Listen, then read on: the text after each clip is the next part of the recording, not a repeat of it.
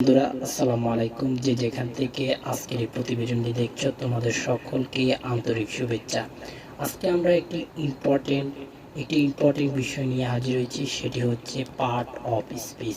ইংরেজিতে part of speech অনেক বেশি গুরুত্বপূর্ণ, তাই আমরা এই পার্ট অফ স্পিচ সম্পর্কে অনেকগুলো ভিডিও বানাবো, আর প্রত্যেকটা ভিডিওতে তোমাদেরকে শিখিয়ে দিব এবং কি একবারে সহজভাবে বুঝিয়ে দেওয়ার চেষ্টা করব।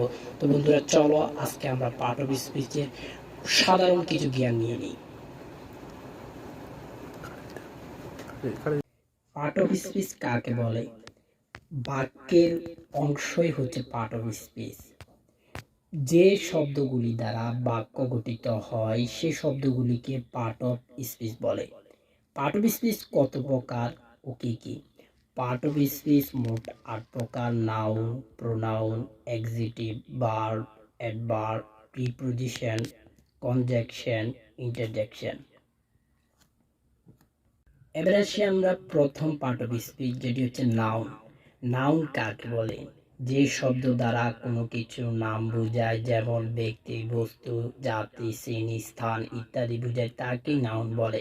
নিচে একটি উদাহরণ দেখতে পাচ্ছ তোমরা, রহিম ওয়ার্ক এভরি মর্নিং। এখানে যে রহিম শব্দটি দেখছো এটি হচ্ছে একটি ব্যক্তির নাম। এখানে এই ব্যক্তির নামটি হচ্ছে নাউন। আশা করি তোমরা বুঝতে পারছো। প্রোনাউন। প্রোনাউন কাকে বলে? নাউনের পরিবর্তে যে শব্দটাকে ব্যবহার করা হয় তাকে প্রোনাউন বলে। তোমরা নিচে দেখতে পাচ্ছ কিছু উদাহরণ দেওয়া আছে। এখানে আছে রাম গো টু স্কুল, আর আরেকটি উদাহরণ নিচে আছে হি গো টু স্কুল। রামের পরিবর্তে যে হি ব্যবহার করা হয়েছে এই এক্সিটিভ। যে শব্দ দ্বারা নাউন বা প্রোনাউন এর দোষ, গুণ, সংখ্যা, অবস্থান, পরিমাণ ইত্যাদি বোঝায় সেই শব্দগুলিকে এক্সিটিভ বলে। নিচে তোমরা উদাহরণ দেখতে পাচ্ছ, নাইস, নাইস অর্থ সুন্দর, ফলস মিথ্যা। এগুলো দ্বারা কোনো কিছু দোষ, গুণ এগুলো বোঝা যায়। আসি এখানে দেখতে পাই ভার্ব। যে শব্দ কোনো কিছুর কাজ করা বোঝায় তাকে ভার্ব বলে। যেমন লোক, তাকাও, ওপেন খোলা, রিড পড়া। এগুলো দ্বারা কোনো কিছুর কাজ করা বোঝায়। যে শব্দগুলি অ্যাডজেক্টিভ ও ভার্বের গুণ প্রকাশ করে বা অবস্থান বলে দেয় তাকে অ্যাডভার্ব বলে। যেমন আফটার পরে, অ্যাগেইন আবার। এগুলি হচ্ছে অ্যাডভার্ব। প্রিপোজিশন। যে শব্দ নাউন বা প্রোনাউনের পূর্বে বসে ওই নাউন বা প্রোনাউন এর সঙ্গে বাক্যের অন্য শব্দের সম্পর্ক বুঝিয়ে দেয় তাকে প্রিপোজিশন বলে।